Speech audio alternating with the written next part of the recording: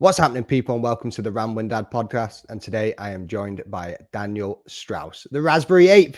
Give it up. How you doing, buddy? You good? I'm very good, mate. How are you? Yeah, I'm good, mate. I'm good. How's your weekend been? You been busy? Yeah, not too bad. Getting there. There's a little. It's still a bit chill beginning of the year before everything gets a little bit crazy later in the month. Yeah. Obviously, you'll have a lot of work coming up with Cage Warriors, etc., through the year too. They're just gearing up to kick everything off as well, aren't they? So, but the reason I want to get you on today, man, is I want to hear more about your story. I want to hear more about you. Obviously, you're a big name out there in the Brazilian Jiu-Jitsu space. You do a lot of unorthodox and unconventional training practices. Your Instagram has absolutely took off in recent years. So yeah, let's just get stuck into it. So if we can start with a little bit of Brazilian Jiu-Jitsu, you Sure. recently received your third degree black belt. I think you were black belt for 9 years. From a little bit of research that I've done into your background, you know what I mean? So talk to me about it. How old were you when you first started? So I was about 14, 15 years old when I first started jiu-jitsu. But at the time when I started, it wasn't like it was today. It wasn't as big a sport as it was, obviously, or as it is. When I started, I was only training a couple of times a week. Nowadays when kids start and they're training 2 or 3 times a day, 6 days a week, that wasn't an option for me. So so I was about 14 or 15, and then when I got to about 16 or 17, the gym went full time, I think, and I started getting some more training in. Yeah. Okay. Cool. And so what sparked your interest in it? Was it Bruce Lee movies, all that kind of No, cool I stuff? think I was a little bit late for Bruce Lee. Right. No, I was interested in martial arts. I've always been interested in martial arts. And I sort of flicked about a load of different styles, and none of them really stuck with me. And then, I mean, to be honest with you, I never found Brazilian Jiu-Jitsu. I joined a Japanese Jiu-Jitsu gym, and basically, long story short, about 4 or 5 months into me training there, one of the instructors left, and the other instructor took over, and he had started training jiu-jitsu, Nick Brooks, and it slowly turned it into a jiu-jitsu gym. So technically, I never joined the jiu-jitsu academy. Right. Okay. Yeah. So when were you born? Was it 1990? 1990, yeah. So I was 91, so I was just the year after you. So somewhat. Yeah. So I say this to absolutely everybody. All the listeners are probably like, "Shut up, George! You tell everybody you done jiu-jitsu when you were younger." But it was the same. So it was like traditional jiu-jitsu, same as you. And a lot of people and a lot of fighters, when you speak to them about it, kind of like, yeah, it's all bullshit though, isn't it? You try and actually use that in anything, it's not really going to work. So it's interesting that obviously you had one coach that left, and then your other coach came in and was just like, let's transition this into something that let's do the real stuff.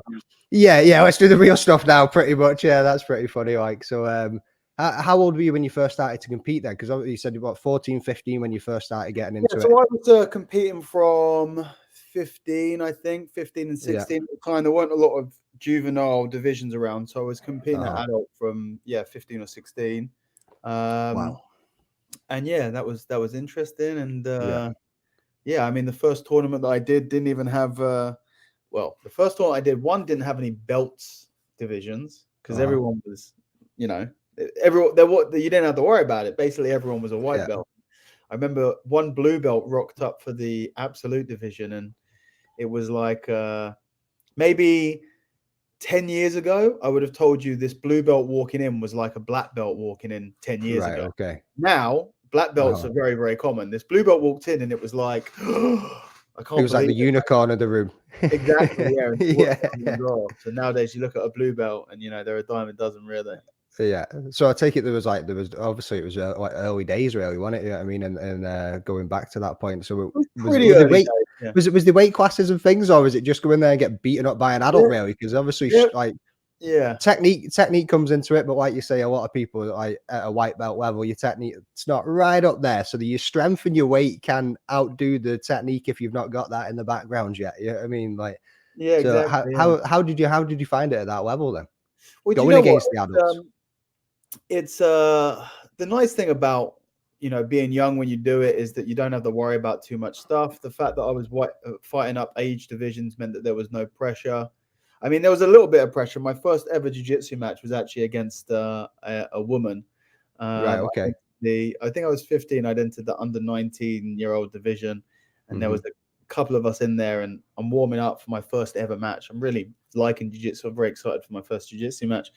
and they call me and someone that I still know, still about training, called Emma Baker. So Daniel Strauss and Emma Baker, and I turn to my coach. I'm like, that's a girl. And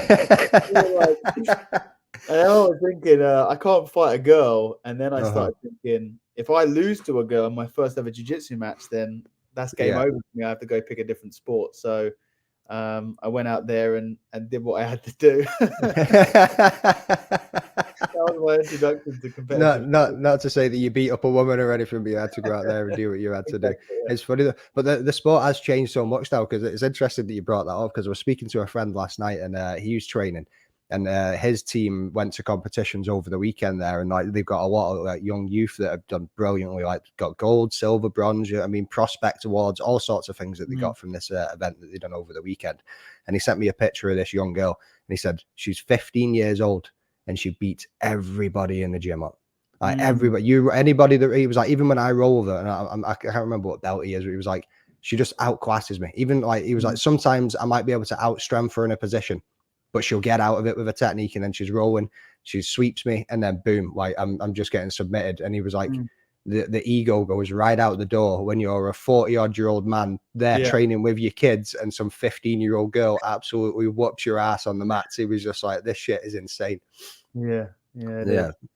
So the nickname Raspberry Ape, when was that developed? I've got into a habit of refusing to answer that question these days. Really? Right. Okay. I've been asked it so many times at this point. You just like, yeah, I'm out. Yeah, basically. Right. Okay. So I take it was just one of those things that came over time then. No. When was it? It would have been, God, maybe like 2010. Right. Okay. It was a long time ago, and we were coming up with nicknames. I came up with the name, and because it's such an ambiguous name, I would just give fictitious backstories as to why how I named the name. Yeah, but I respect you too much to give you a fictitious story today. No, you're good, mate. You're good. Thank you very much. But that's I found a Reddit thread of you talking on there many moons ago, and the stuff that you put in there as well. I can tell you like getting a little bit creative with things at times. Some of the answers you were giving to people, I was just like, this dude's just having a laugh here. He's just poking. You gotta have fun with it, right? That's it, man. That's it. I can't remember what one of the questions was, but your answers, you had me absolutely laughing my ass off. And this was you from years ago that was answering on this Reddit thread. You know what I mean? It was absolutely incredible. So how much at that age did your game like develop, like jumping into competing at such a young age, and again going against like adults? I mean, when you're a couple of years into jiu-jitsu, your game's going to be very different. So your game will develop over the years, and sort of the first. I mean, look, my game still develops to this day, just maybe not to the same degree. But at the time, the characteristics of your game is usually based on your physical attributes, and somewhat with your personality and what you have interest in. But for the most part, the water takes the shape of the vessel, really. And for me, I was very small and very light and not very strong. I was very weak. And I was rolling against, there were no kids classes. I was rolling against adults. So side control was out the window. Mount was out the window.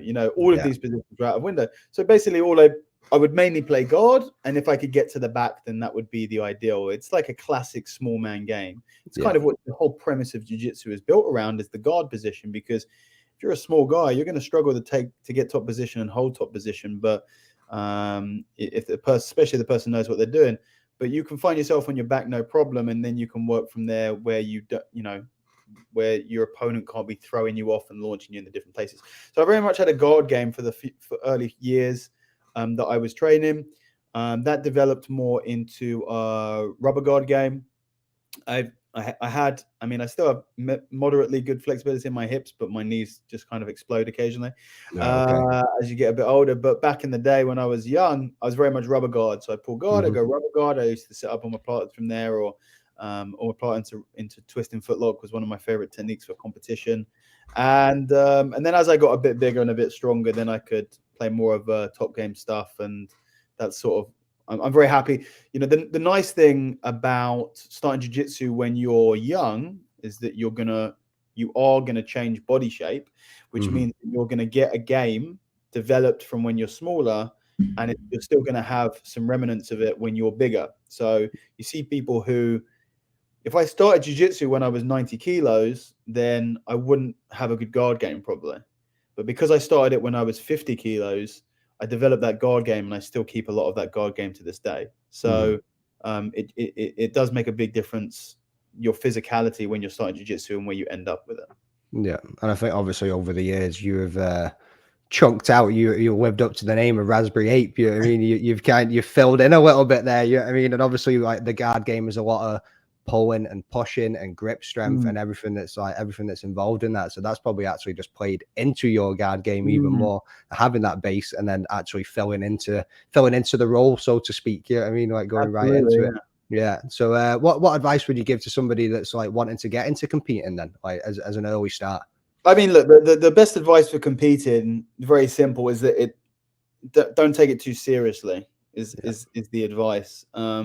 People make a big mistake, especially at white belt, but say blue belt, even purple belt, brown and black belt, you're getting serious. But even, to be honest, look, if you're not planning on being a professional grappler, how you do in competition as a black belt doesn't matter either. Like, it really doesn't matter. If you've got a full-time job and a family and you're 40 years old and you've got your black belt after 15 years of training, whether you win at the Essex Open or not is really not going to make any difference to anyone at all. It's just your own personal journey. So, and that's a black belt, let alone a white and blue belt. When people start competing, they get so worried about losing. They get worried about letting themselves down or letting their team down or letting their family down. And they really miss the big picture, which is no one actually cares. You know, people, that's the reality of it. Like, and you learn as you go through the belts. I mean, I've been coaching for a long time, and the main thing with coaching is really trying to, you learn things through experience, and your job as a coach is to try and convey and really integrate the lessons that you learned through your experience to someone else without them having to go through that experience. Everyone can be wise after 15 years of jiu-jitsu. Can they be wise after 3 years of jiu-jitsu? Well, they can only do that by finding someone who's done the 15 and really listening and understanding what they say. And it's never going to be integrated as much as experiencing it yourself. But if you can try to, and you can be open to that, and you can really work on really understand and believe in what you're being told by these more experienced people, then it helps. But if you just compete at white, blue, purple, brown, black, at white belt, you'll think that it's the most important thing in the world. And the second you get your blue belt, white belt doesn't matter. Doesn't matter at all, because it's not even the same category. You know, it's like what you did as a kid, and then you move into the, what you do at under 15s, and then you move into under 21s, and that just doesn't matter anymore. And then you move into adults, and then what you did at under 21s doesn't matter anymore. It's the same for belts. So instead of waiting until you get to brown belt, realizing that white belt and blue belt and purple belt really doesn't matter, just understand that it doesn't matter. Go out there, have fun, don't get stressed about it, and just use it as a way of progressing and learning, and just another experience. Yeah, no, brilliant answer on that one, mate. You know what I mean? Like you say, it's all about it's the journey, isn't it? Like, so you get some people, I want to get my blue belt as quick as I can, then I want to get into this, then I want to get into that. It's like, slow your old buddy. You know what I mean? Like, some people are in this game for, like you say, 10, 20. I mean, you've been in this game for 20 plus years, haven't you? I think at this point, 20. It'll be 20 next year. 20 years, right? Okay, yeah. I mean, so there you go. Right, and obviously, how many? Roughly around about 10 years or maybe just short of that, getting your black belt, and then obviously 9 years as a black belt and progressing through the dans as you were going into that as well. So it is just a journey, like you say, and people probably do rush it too much. It's probably when you were talking there about going into the competition at the white belt and thinking, I need to win this and letting my team down. That's probably the younger generation, like you say, the lack of experience in that and just the ego kind of thing. When there's two ways that you can be young. You can be young with the number of years that you've walked the earth, and you can be young in the amount of time that you've done something. So my jiu-jitsu age is much older, even though I'm 33, my jiu-jitsu age is 19. or will be 19 this year. Yeah. Whereas I might be coaching someone who's 45, but their jiu-jitsu age is 2, you know? So in life, they may be way more experienced than me, but in jiu-jitsu, they're a baby. They're a toddler. They're walking, you know? So when you expect that the younger people to be more worried about competing, that's not necessarily true. It can often be even more of a thing for the older generations, actually. Yeah.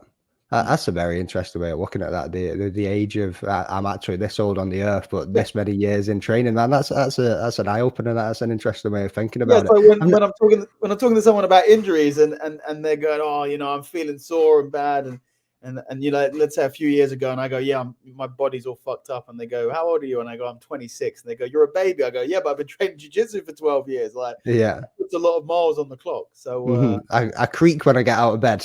I might only be 26, but I'm creaking already.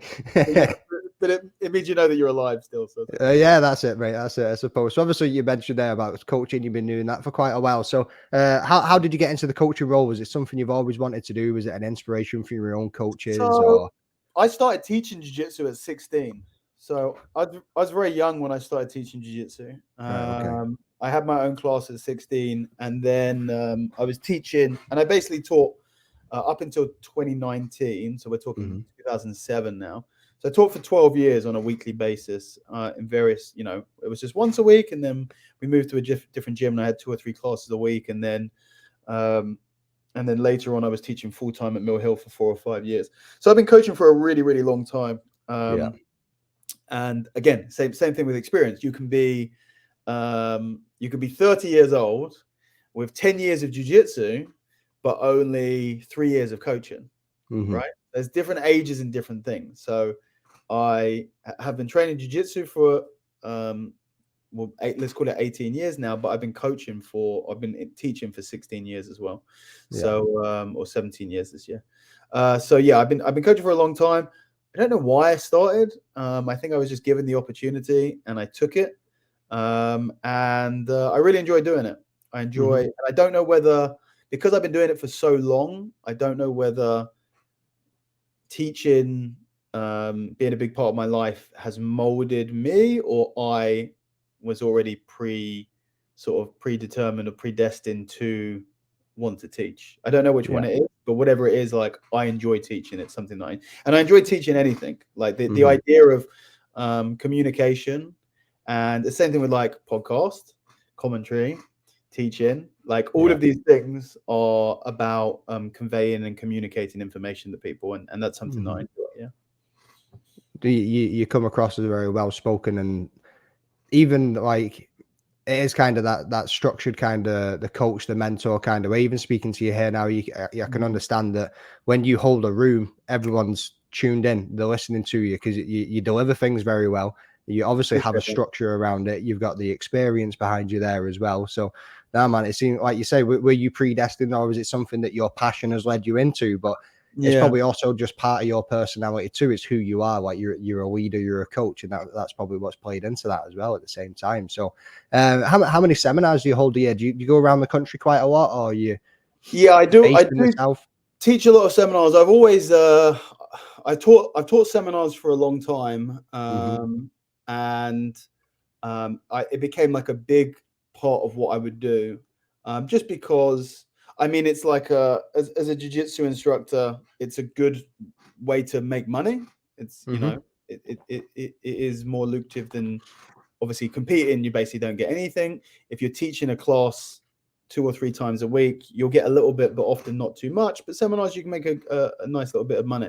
So I started teaching a lot of seminars, and I did that for a few years. I believe I was the first person to come up with the concept of doing a quote unquote tour. Certainly in the UK, I was the first person to do it. And essentially what it was, this was probably back in 2016 it's got to be 2016, which was the idea of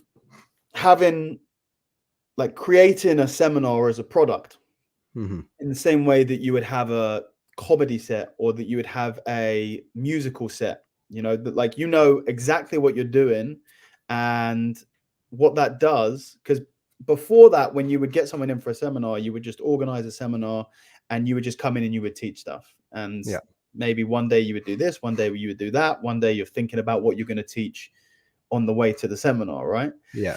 And I always felt that that was not the most efficient, and it wasn't the most.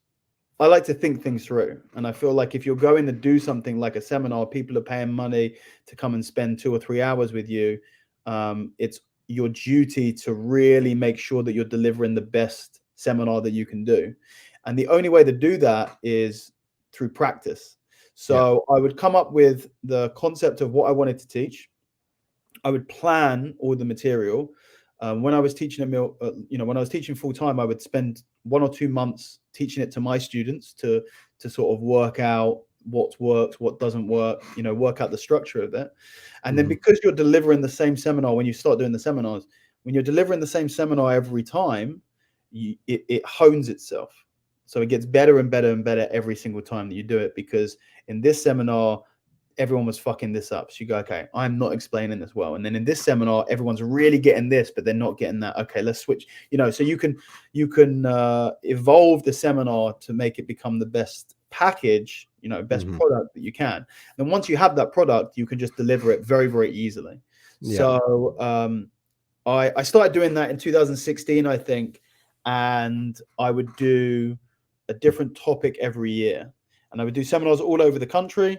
And the format was very, very successful. I was getting, I think the first year I did was like 10 seminars, which for me was loads. And then the next year was like 15 seminars. But because I was delivering the same product, people would come to one, enjoy it, go back to their gym, say, we need to get him here for that same product. And then I could go and deliver it. So I remember like the second year, I think I initially planned like 15, but it ended up being 30 because I was adding more dates on the end. And then the third year was like 30 that ended up being 50. And it was kind of crazy because I would teach Monday, Tuesday, Wednesday, Thursday at Mill Hill. And then Friday, Saturday, Sunday, I would be in different places in the country doing seminars. So it was a really intense tour, really intense schedule in general. After I left Mill Hill in 2019, so like obviously forget about 2020, but 21, 22, 23, and then coming up this year, my tours are much more intense blocks. Instead of just doing 2 or 3 a weekend, I just do blocks of, so like I have starting from end of Feb to June, I have 40 seminars. Wow. Yeah. I mean, I was about to say before when you were saying I'd done 30 in the year, I was going to go, there's only 52 weeks in the year, mate, and you're smashing out 37. I was like, that's so in 3 months, I have 40 seminars, 6 shows in a camp coming up. It's going to be busy. Wow. Yeah. A camp. So you getting back into competing, or is this no? Training competitors? For you MMA guys, a camp means something different for us jiu-jitsu guys. So it's a seminar camp. It's like a retreat. Right. Okay, cool. I am planning to compete this year, though. I am. Yeah. Yes, mate, because that was one of the next questions that I was going to get onto. Is obviously 2021, I think, was the last time that you were out there. Was it? I had one tournament. I did European no-gi in 2022. Right. Okay. But yeah, I've not competed as much as I like to through basically a combination of being very busy and being and having a few injuries here and there. But yeah, I am planning to get back into it. I mean, the main thing really is the schedule. Trying to do full-time jiu-jitsu without having a gym or teaching full-time just through seminars and commentary and camps and stuff like that is very time intensive. And I always kind of say because the weekends obviously is when you're getting booked up for these things. I say if they ran tournaments on a Tuesday, I'd have multiple in my belt every month, But hoping this year to finally open a gym and I can focus more on competing on the weekends. Yeah, amazing. So you said obviously the last one that you done was a no-gi. So do you prefer gi or no-gi, or have you got a passion for both of them? Which one do you lean to? I have a passion for both of them. I'm passionate about training no-gi and I'm passionate about not training gi. Mate, unbelievable. So what is it that you don't like training about gi then? Is it? Oh man, I never like to come across as a hater in these things when I get these questions. I hadn't rolled. I rolled once in the gi in the last 5 years. One time. That time was 2 weeks ago. Prior to that, I had not rolled in the gi for 5 years. After I rolled, I was at a grade-in at an affiliate gym, and it was in the gi, and I had my gi on, and I thought it'll be nice for these guys if I jump in for their sparring. And afterwards, I just think, I hate the gi twice as much now as I did beforehand. So I just don't like it. I don't like. I don't know. I can give you a load of reasons, but it's just personal preference, really. Right. Okay. I don't want to put anyone off gi that likes doing gi. If you like doing gi, that's amazing. I just don't like it. I don't like how it feels on my hands. I don't like how it feels on my back. I don't feel how it feels on my neck. I don't like a lot of the movements. I don't like the modern lapel sort of game. I just hate it. If I never put the gi on again in my life, not a problem for me. Considering you've got the phrase coined of the grip king, you think that the gi would play right into your game? You know what I mean? Like, well, do you know what it is? Is the answer to that is yes, to a degree. I mean, my grip is certainly better now than it was 10 years ago when I was so up until brown belt, really, when I started having like international competition success, no gi. Up until brown belt, I was training majority. Certainly to purple belt, I was 95% in the gi. Up until brown belt was a little bit less, and then once I got my black belt, I basically stopped training the gi about a year after. So the last 8 years, I barely touched the gi. No. And back then, maybe 10 years ago, my grip, even though it was weaker than it is today, was stronger in gi, because you can't be strong at holding a gi without holding a gi. Right? So you can do all your accessory training, but that's almost like creating a mortar that you then have to build with. Yeah. Otherwise, you just have a pile of bricks and concrete, right? You've got to actually put it into practice when you're actually grabbing onto the material. So back when I was training grip and I was training the gi, my grips were super, super strong. And that became part of my game, is that I could grab onto a lapel and they couldn't remove that grip, and I could use that. Now, but the other side of that is I like my hands, because I like the grip stuff. I value my hands. I want my hands to be healthy. I want my hands to be strong for a really long time. I want my hands to be good forever. And the gi is really, really, really harsh on your hands. Even I've always used techniques and gripping positions in the gi that are easier on the hands than what most people do. So, for example, a lot of people would take a sleeve grip, or a pocket grip, where they're grabbing onto the inside of a sleeve or trouser leg with a bend in the knuckles, middle and top knuckle, and they're holding onto gi. I would never take that. I'd take a pistol grip, where I'm grabbing, I'm lifting up some of the cloth and I'm grabbing it like I would a barbell. And what that means is that when that grip is inevitably removed, your hand isn't being ripped open in the process and having all that damage done to the knuckles. So my hands are in really good condition, and I want to keep them that way. And so yeah, grip is surprisingly important in no gi. It is surprisingly important in no gi.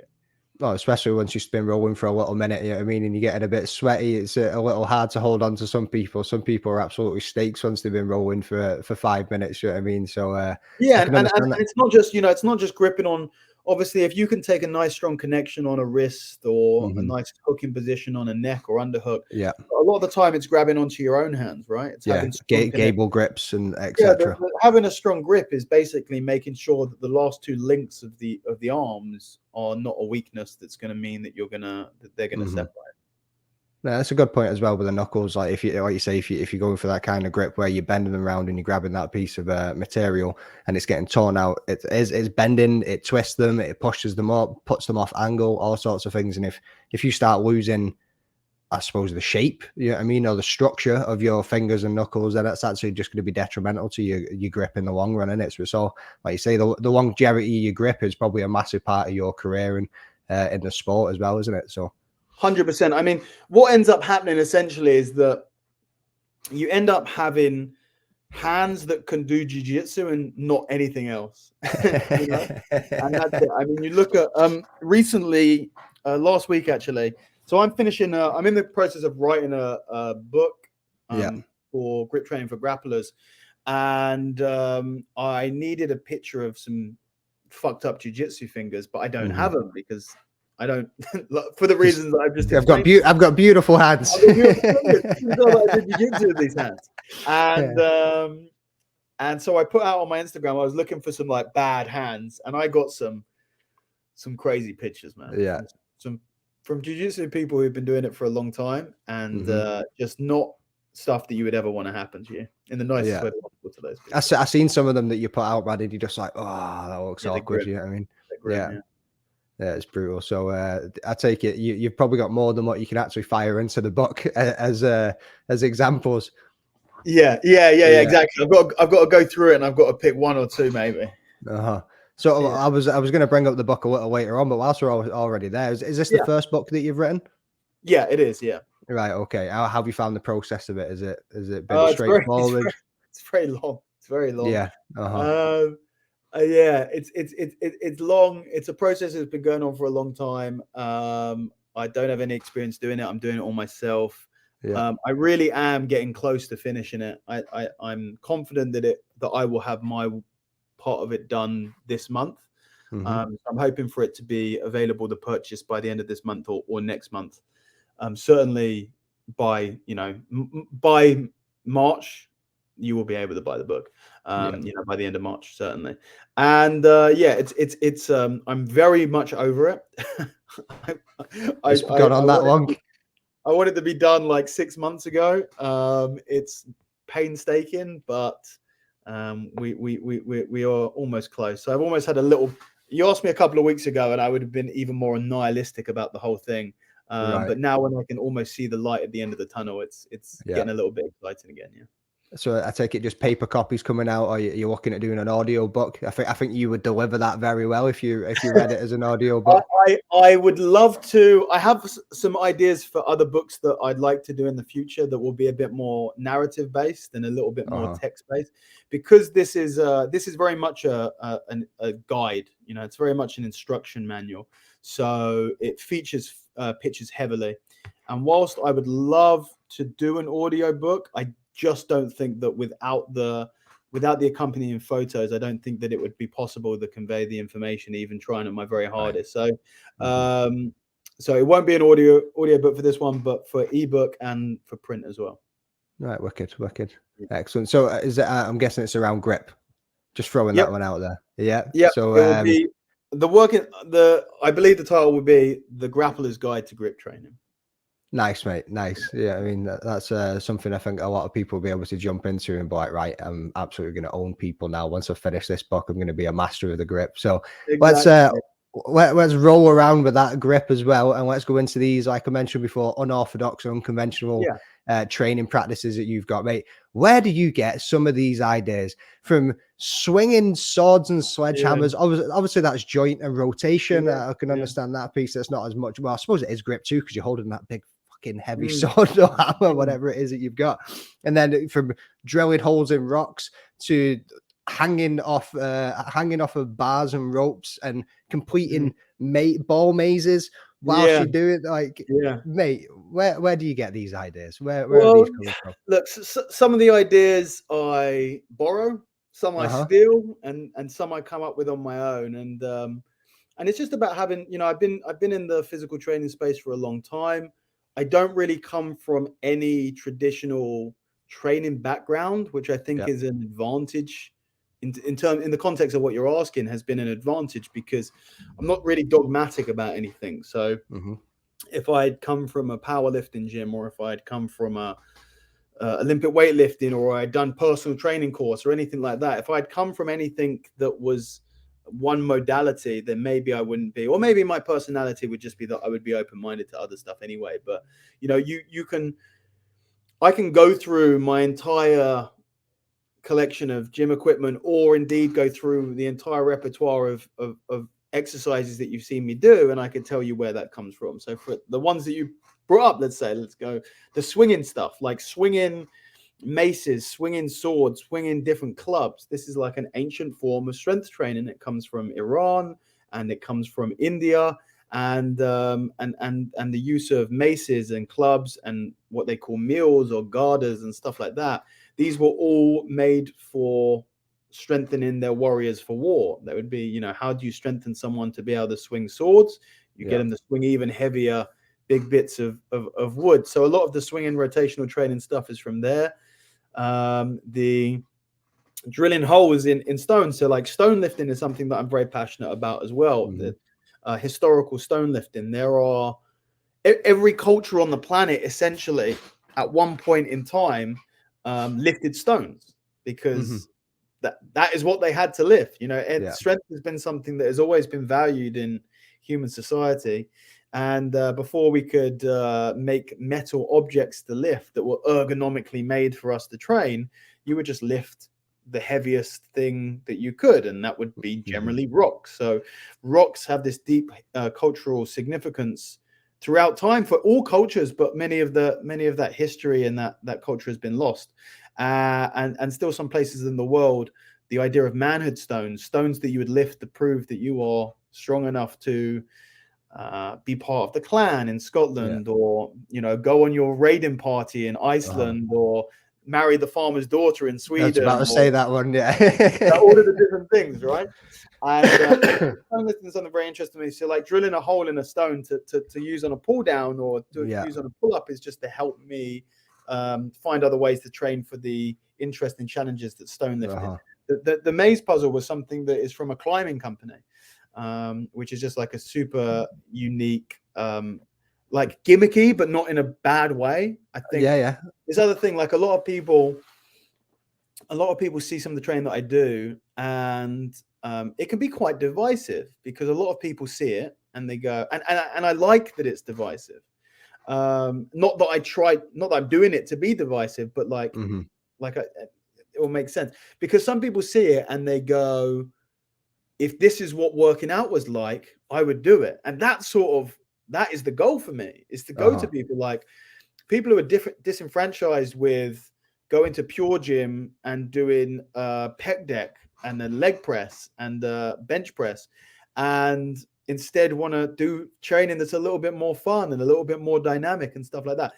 So that's sort of the best comment that I could possibly get. And then on the other side, you have people who come from a powerlifting background. You have people who are just like a gym bro that are just, you know, you go to the gym and you do your machines, and what muscle does that target? That's always the best one. What muscle does that target? Is that working? Like, it's a movement. Like, I'm not a bodybuilder. I'm not trying to build a particular muscle group. I don't have chest day and back day and arm day and leg day. These are movements that I'm trying to improve, or mobility or strength or endurance or power.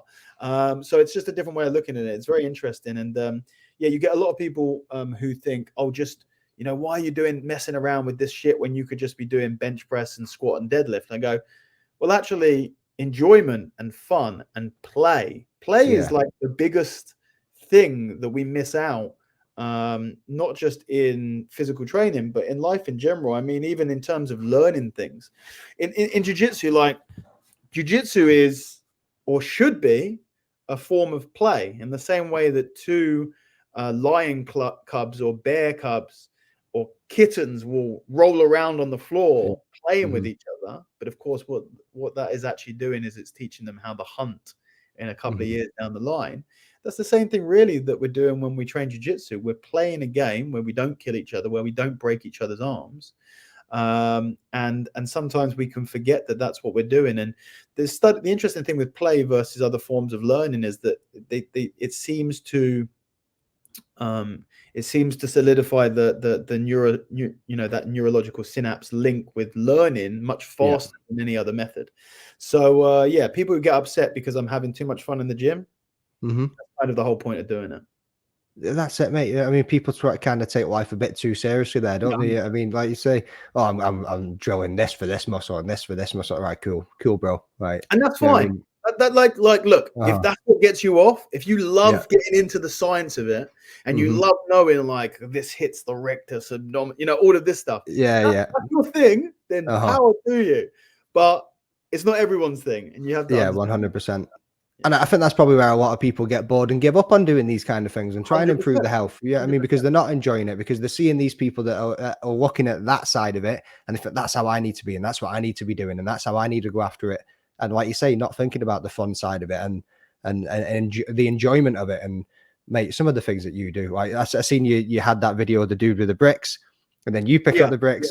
I think Yeah, you smashed whatever he did with that one. That was cool as well. Like, yeah, I mean, it was just that I mean, that video was hilarious because that video did like 7 million views, and when something goes crazy like that, you go like, but why? Why does that happen? And that one in particular, somehow it had made its way onto like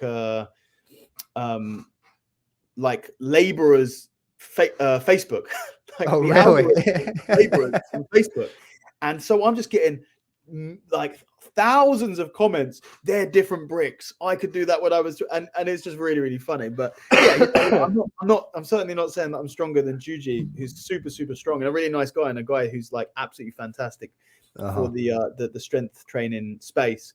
But it's fun, you know. That's just and I think that's what people need to do more of. And anyone who is into to health and fitness, the only goal that you should have in terms of influencing others is getting people doing something. It really doesn't matter what. It doesn't matter if they're doing powerlifting, doesn't matter if they're doing CrossFit, doesn't matter if they're just going for a walk more often and carrying a log over their shoulder whilst they do it.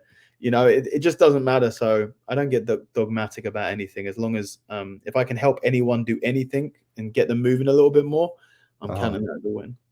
Awesome, mate. Awesome, right? So I was going to ask you there as well. Like, was it a daily routine and things? But you've absolutely just smashed every single question I had around that training out of the park there. I mean, I was even going to be like, what benefits do you get? But you're like, well, I don't really target anything, so nothing but a dopamine hit. I mean, you seem to just enjoy it, and that's all it is. I mean, but is it something you got? So you've got, is it your garage or your gym or just a back room that you've converted? Because it's a garage. It's a garage gym. It's like a fucking war room, bro. The way you've got all that stuff laid out on the walls and it's all hung up. Yeah, that's my baby though. That place is my baby, and I'm hoping it's getting very crowded though. I'm just there's too much stuff in there, so I'm hoping that I can move it to a different location at some point where I can stretch its legs a little bit more. But yeah, you know, in terms of that training stuff, look, some of the stuff that I do, like the brick thing, is a challenge in that case. Yeah. Will I train with bricks occasionally? Yeah, there are ways that you can train with bricks, not like that many, but you can train with less, and you can do movements with them, and they're really, really beneficial. Look, you want the number one priority is that you enjoy it. Because ultimately, if you don't enjoy it, you either need to, for you to do something long term, and that's the only thing that matters. And this is advice for jiu-jitsu as well as for lifting. This is really advice for anything that you do in life. I was about to say that. You got to be consistent with it. It's always going to be long term. Jiu-jitsu even more so. Like lifting, you can get results in like 6 months. Jiu-jitsu, you really can't. Like 6 years, you're lucky. Yeah. It's got to be a really long term play. And in order to do anything for a long time, either you need to have incredible discipline where you're able to do things that you don't like every week, maybe every day, forever. That takes something very special that a lot of people don't have. Or you make it fun and you enjoy doing it. And you don't have to enjoy it. It doesn't have to be fun for you to enjoy it, but you got to enjoy it. Because if you enjoy something, it reduces the necessity to discipline. And then instead of you having to be disciplined every single time you do it, you got to be disciplined once a month when you're really tired after work and you don't want to go. That's when the discipline comes in. Yeah. The rest of the time you're loving it. So if you need to, now the goal is to find a balance between effectiveness and enjoyment. Yeah. If it's 100% enjoyable and 0% effective, then it's still good for you because you're doing something that you enjoy, but you're just not getting anything out of it apart from the enjoyment itself. If it's 100% effective and 0% enjoyable, then you're going to need that incredible discipline every single time, and you're probably not going to last. 99% of the time, that's not going to be a long-term thing that you do. Yeah. So you've got to find the balance between the enjoyment and the effectiveness. And that can move around a little bit, but the more effective you can make something while still making it enjoyable, the better. That's it, mate. That's it. And I think that's something that a lot of people need to learn young too. Like you say, that can go into training, it can go into jiu-jitsu. It mainly goes into life, doesn't it? Yeah, I mean, like you say, the discipline. I spoke about this with James Webb as well, the consistency and the discipline and doing the things that you don't want to do. Everybody's big thing right now is the ice bath, getting in that bloody thing at 7 o'clock in the morning and it's freezing. I'm not sure if that's something that you partake in, but no, I might give it a go one day, but it just seems too damn cold. Oh, did you? Yeah. Mate, it looks horrible. It looks very uncomfortable, and it is one of those things. I suppose you feel good afterwards. Yeah, that's what everyone says. You feel absolutely brilliant after it, like, and especially if you're putting yourself through the training that you put yourself through, it's probably amazing for your body. You know what I mean? The recovery of it all is probably absolutely incredible. But for me, at the moment, the average dad that's not been to Brazilian Jiu-Jitsu since his daughter was born, and looking to get back to it later on, so I've got a little bit more time. It's not something I'm needing right now. You know what I mean? I'm on the couch, so but I'll wait. Once I'm back at training and things, I'll maybe start getting into it again. But that's it. Like, I think so. You're a good example of someone who, and I don't mean this in any negative way. You don't have the discipline to do something like an ice bath. So if you and you know that's not anything to say. I'll admit that, bro. Like, but like, you don't have to, because it's in the proof is in the pudding. You're not doing it. So like, evidently, like, we don't have to go, I have the discipline, but I've chosen not to. It's just like, you're not doing it. It's very black and white. So you go, okay, maybe the goal isn't to do ice bath. Maybe the goal is to walk 10 minutes after you have lunch. You know, something, and maybe you have a podcast that you really like, so you can make it a little bit enjoyable. And it's just about, adapting something to get you in the door, because then you get inertia with it. You go, oh, I'm walking 10 minutes every day now. Okay, I can do a 10-minute walk and then have a 2-minute cold shower, you know, and you can start to build on your habits.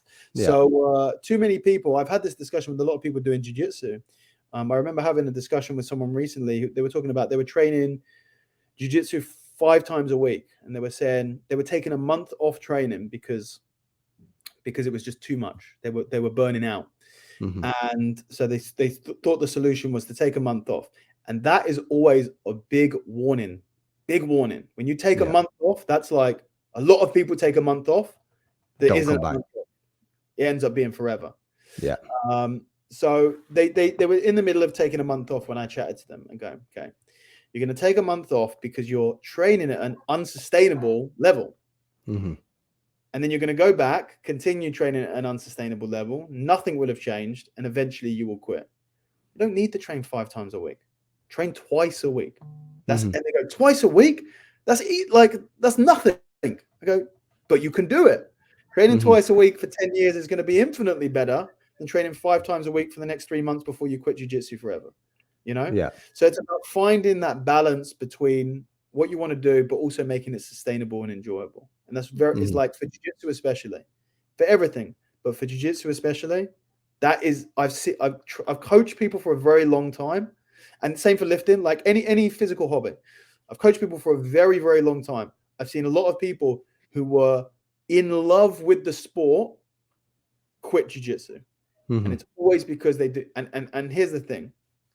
It's always the same thing that they say. Any ideas? The same horrible cliche line that they say. Any idea what it is?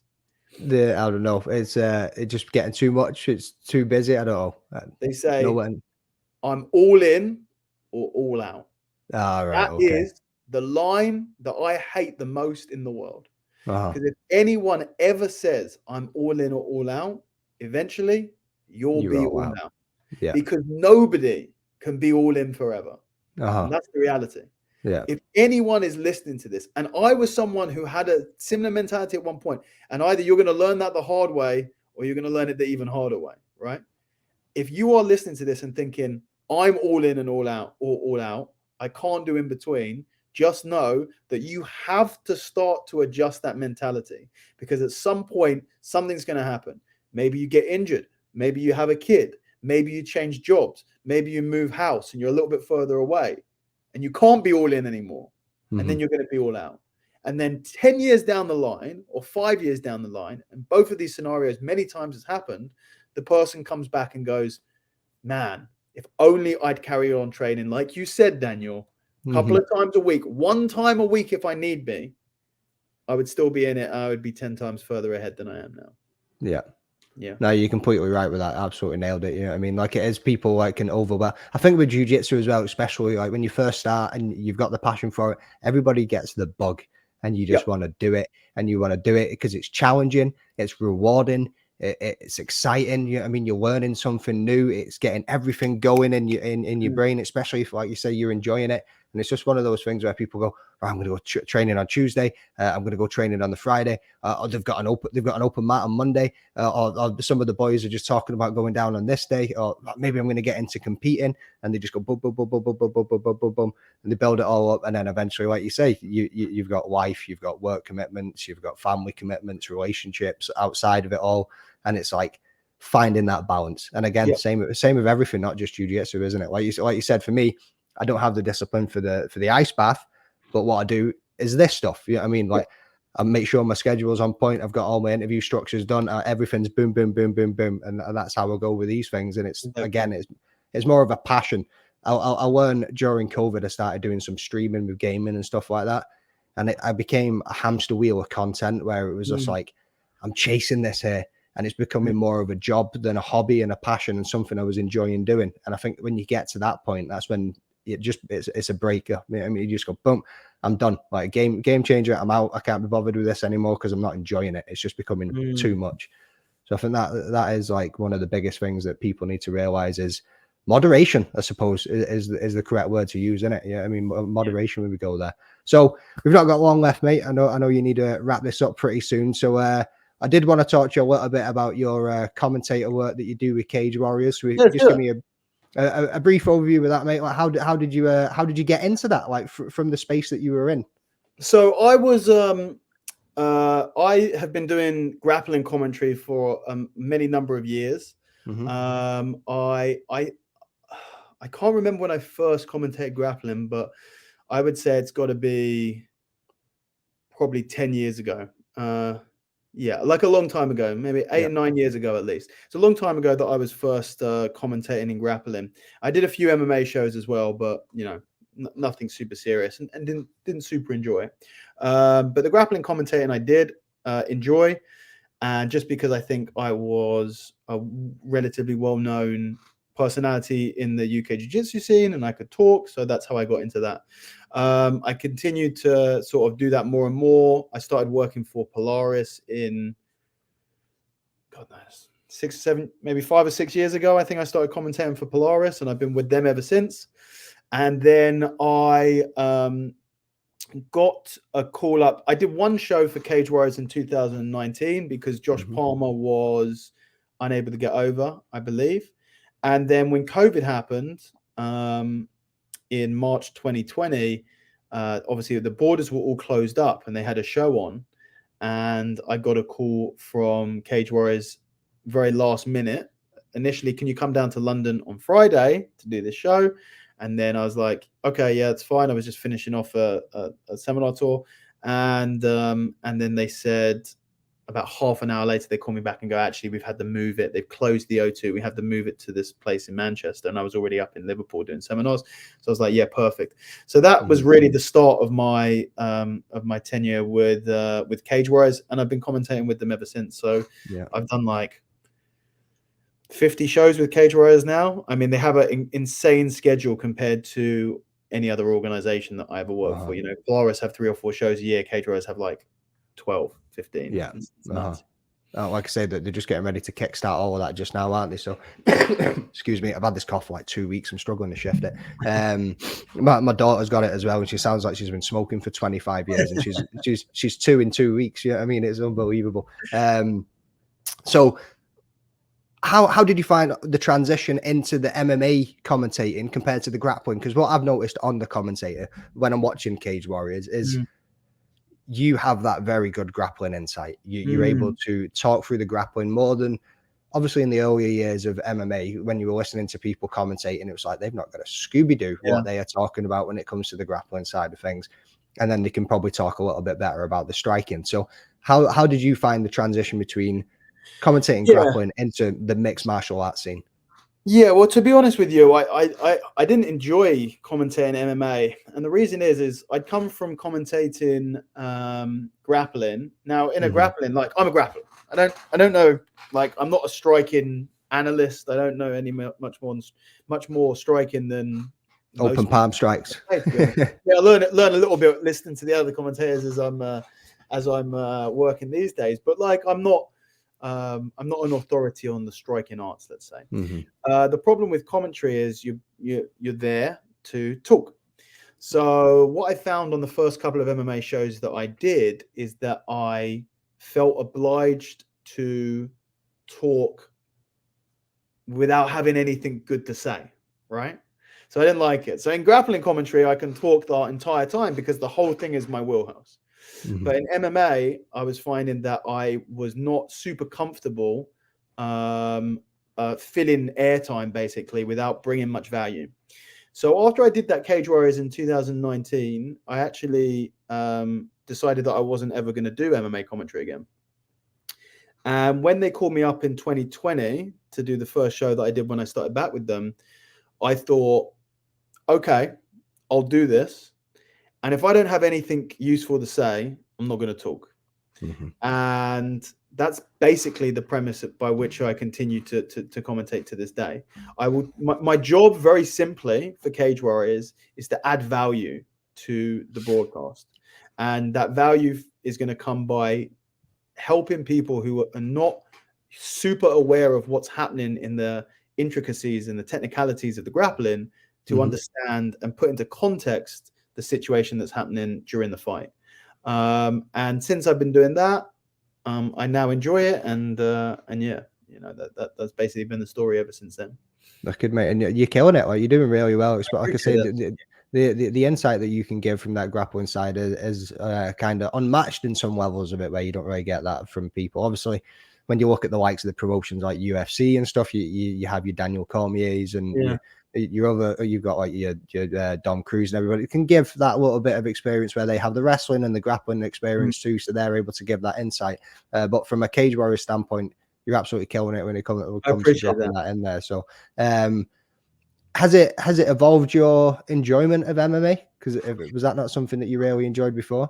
No, I've always enjoyed watching MMA, and it certainly leveled up my enjoyment of the national scene. I wasn't a super I wasn't a massive follower of the European MMA scene. Obviously now I am. I mean, it's a job, but also when you're in it, and you know, you get there's nothing like being in it, you know. We're telling stories in this. That's the whole idea of sports entertainment, is following the journeys of these people. But when you are commentating, you feel, you know, when you watch it on TV, you get a little bit of a gist of it. When you're in the room there, you get a little bit more.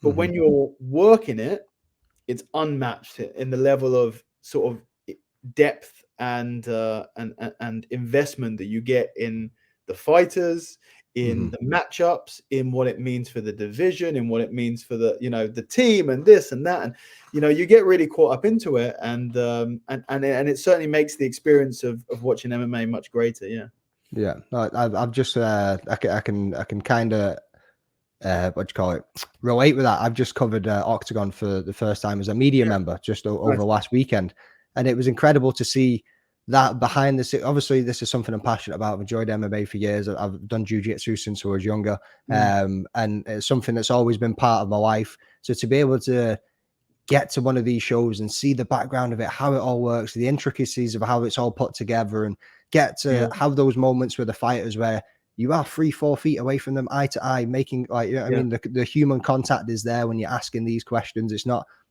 delivered over a screen like this, as good as this is. You know what I mean?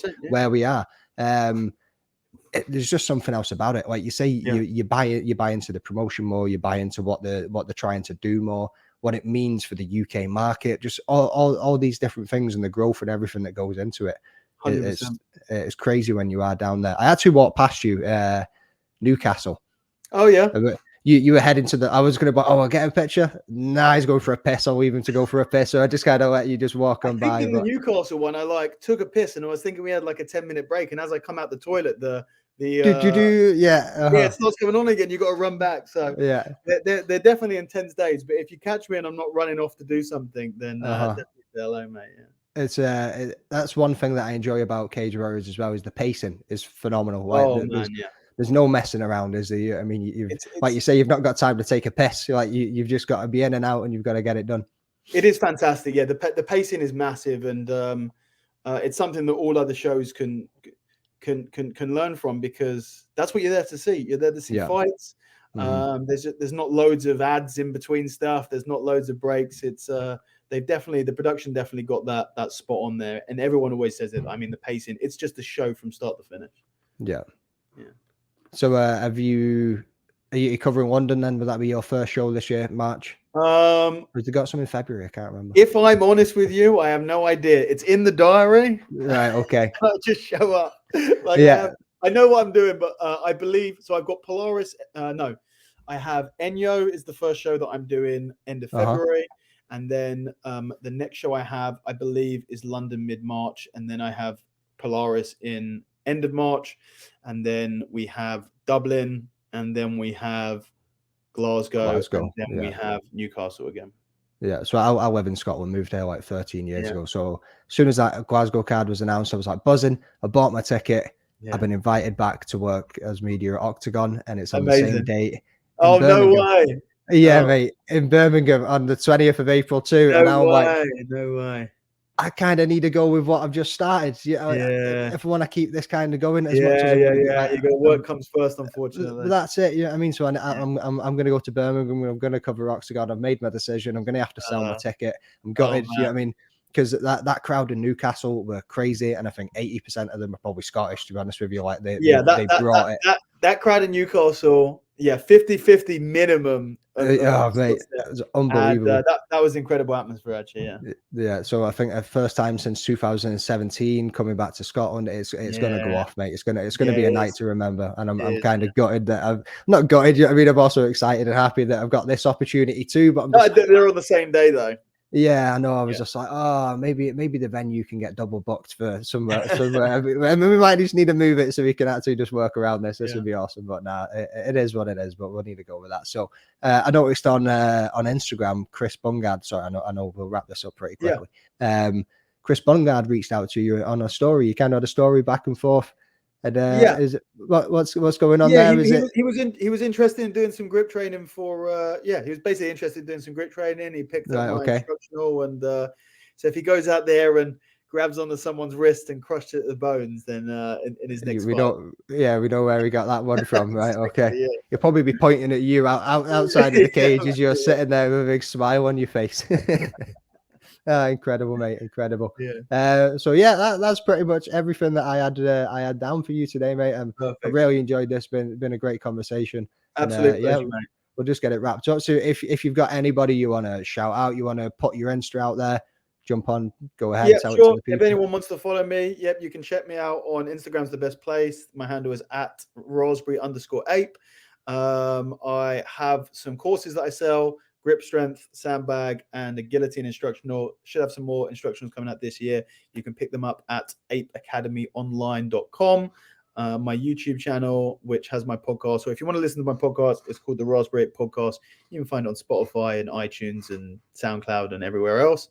And that's about it. Yeah. Wicked, mate. YouTube.com/Raspberry Ape. Well, awesome. I hope you get back to that podcast soon, mate, because you've not done one for. I know you're a very busy man, very busy. I'll tell you the last thing I'll say about the podcast. I have one that I recorded last year that's going to go out hopefully in the next week. I'm not going to record any more podcasts until I have another studio set up. The mobile, the quality that is expected from podcasts these days, I'm unable to achieve with the mobile setup that I have. And it's just a bit of a pain in the arse. So my goal is to really take the podcast to the next level. I was going to continue doing it whilst they do this in the background, and I'm just thinking, you know what? I don't want to take any other guests on at this point. I'm going to wait until I've upgraded everything, and then I can go full steam ahead and get the podcast to the next level. So it will be back. There will be one episode in the next couple of weeks, and then it will be on the back burner or be on hold until until it's time for Raspberry Ape Podcast 2.0. Excellent, mate. Excellent. Looking forward to it. Can't wait to see it. All right, that's Nice what one, I've said. That's what I've said to people too. A studio would be awesome. And at the moment, I'm in the corner of my living room just with all this setup. You know what I mean? Though. You're doing all right with it. That's it. That's it. Right. Well, anyway, thank you very much for your time, mate. My pleasure. Hope you have a wicked day, and it's been awesome talking to you. Thank you very much, my friend. Great to chat to you, and I hope I catch you around soon. Oh, will do. Cheers, mate. Take it easy. Take care.